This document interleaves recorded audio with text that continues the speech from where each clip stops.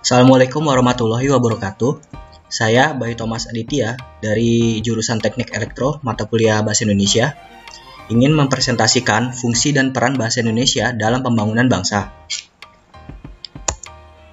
Abstraknya, bahasa Indonesia memiliki kedudukan dan fungsi yang penting bagi bangsa Indonesia di dalam wilayah NKRI.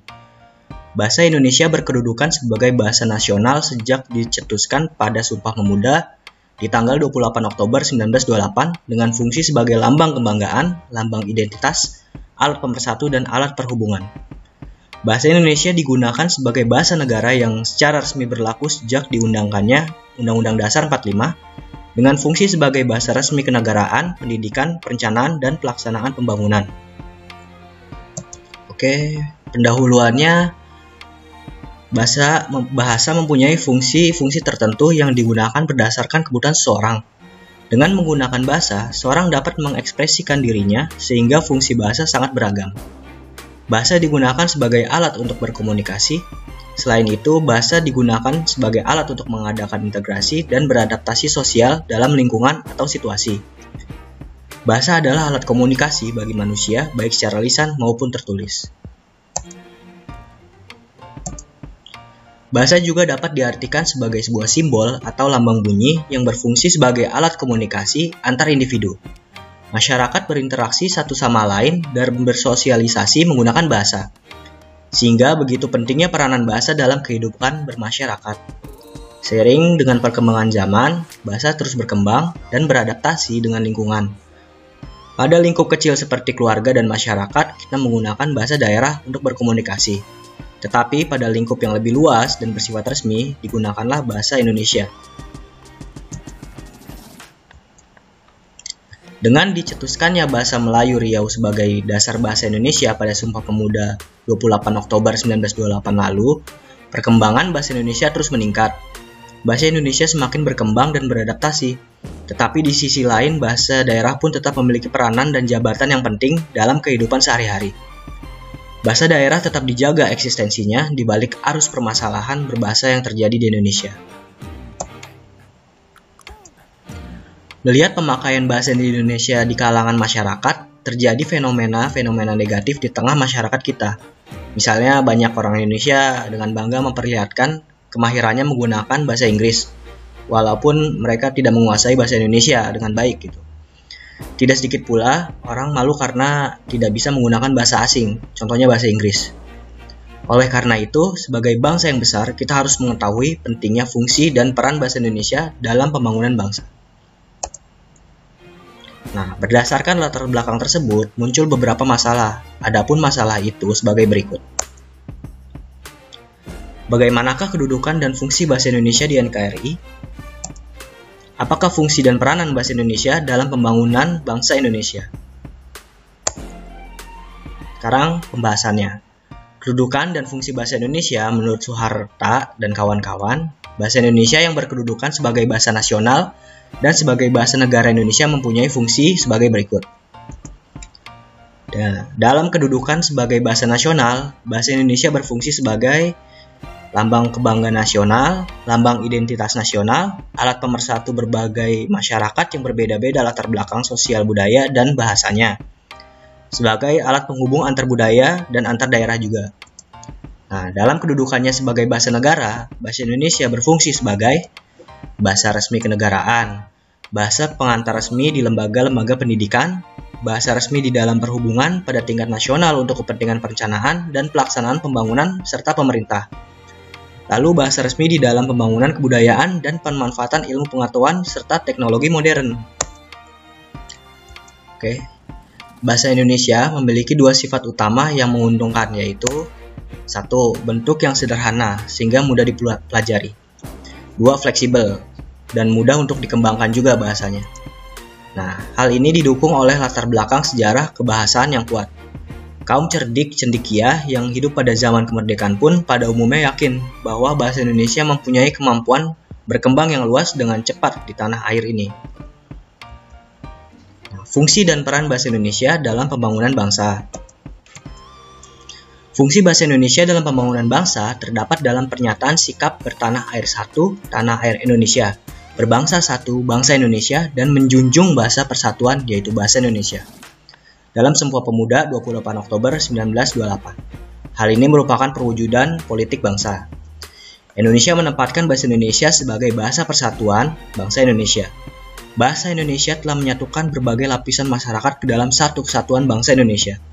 Bahasa Indonesia mencapai puncak perjuangan politik sejalan dengan perjuangan politik bangsa Indonesia dalam mencapai kemerdekaan pada tanggal 17 Agustus 1945.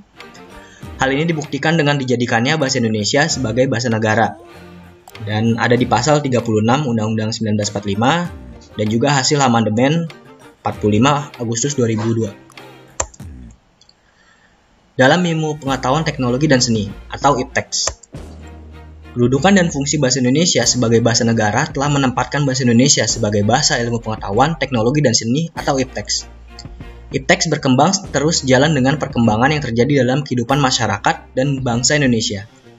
Perkembangan IPTEX yang didukung oleh perkembangan teknologi komunikasi dan informasi, contohnya seperti internet, email, bisnis, e-commerce, TV edukasi, dan lain-lain, melaju dengan pesat, terutama memasuki abad ke-21 sekarang.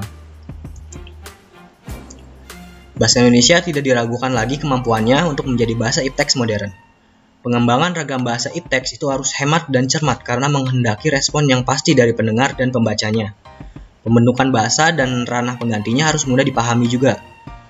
Kehematan penggunaan kata, kecermatan, dan kejelasan yang berpadu dengan penghapusan unsur yang bersifat pribadi dapat menghasilkan ragam IPTEX yang umum. Upaya pengembangan konsep IPTEX modern dalam bahasa Indonesia hanya mungkin dapat dilakukan dengan baik apabila istilahnya bisa digunakan dalam bidang IPTEX itu sudah ada padanya dalam bahasa Indonesia. Hal ini berarti agar dapat mengembangkan bahasa Indonesia menjadi ragam IPTEX. Langkah pertama yang harus dilakukan adalah menyusun peristilahannya.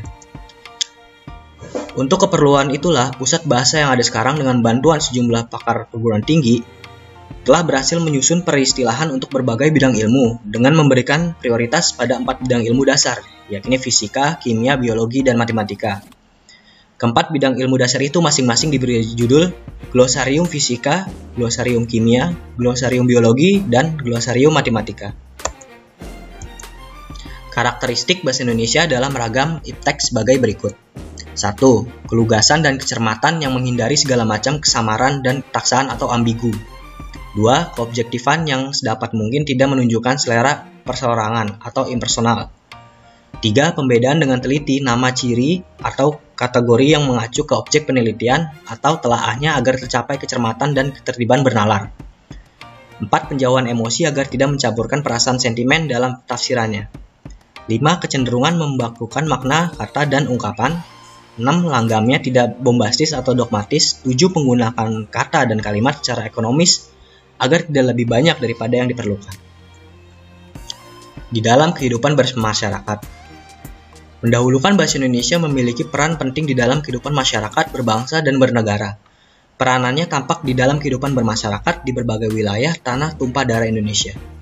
Komunikasi berhubungan pada berbagai kegiatan masyarakat telah memanfaatkan bahasa Indonesia di samping bahasa daerah sebagai wahana dan piranti untuk membangun kesepahaman, kesepakatan, dan persepsi yang memungkinkan terjadinya kelancaran pembangunan masyarakat di berbagai bidang. Adanya gejolak dan kerawanan yang mengancam kerukunan dan kesatuan bangsa Indonesia bukanlah bersumber dari bahasa persatuannya, melainkan bersumber dari krisis multidimensional, terutama ekonomi, hukum, dan politik, serta pengaruh dari globalisasi. Justru bahasa Indonesia hingga kini menjadi perisai pemersatu yang belum pernah dijadikan sumber permasalahan oleh masyarakat pemakainya. Hal ini dapat terjadi karena bahasa Indonesia dapat menempatkan dirinya sebagai sarana komunikatif efektif berdampingan dengan bahasa daerah yang ada di Nusantara, mengembangkan dan melancarkan berbagai aspek kehidupan dan kebudayaan, termasuk pengembangan bahasa-bahasa daerah itu sendiri. Dengan demikian, bahasa Indonesia dan juga bahasa daerah memiliki peran penting dalam memajukan pembangunan masyarakat dalam berbagai aspek kehidupan. Peran bahasa Indonesia dan bahasa daerah semakin penting di dalam era otonomi daerah. Penyelenggaraan otonomi daerah yang dilaksanakan dengan prinsip demokrasi, peran serta masyarakat akan mendorong dan menimbulkan prakarsa dan kreativitas daerah.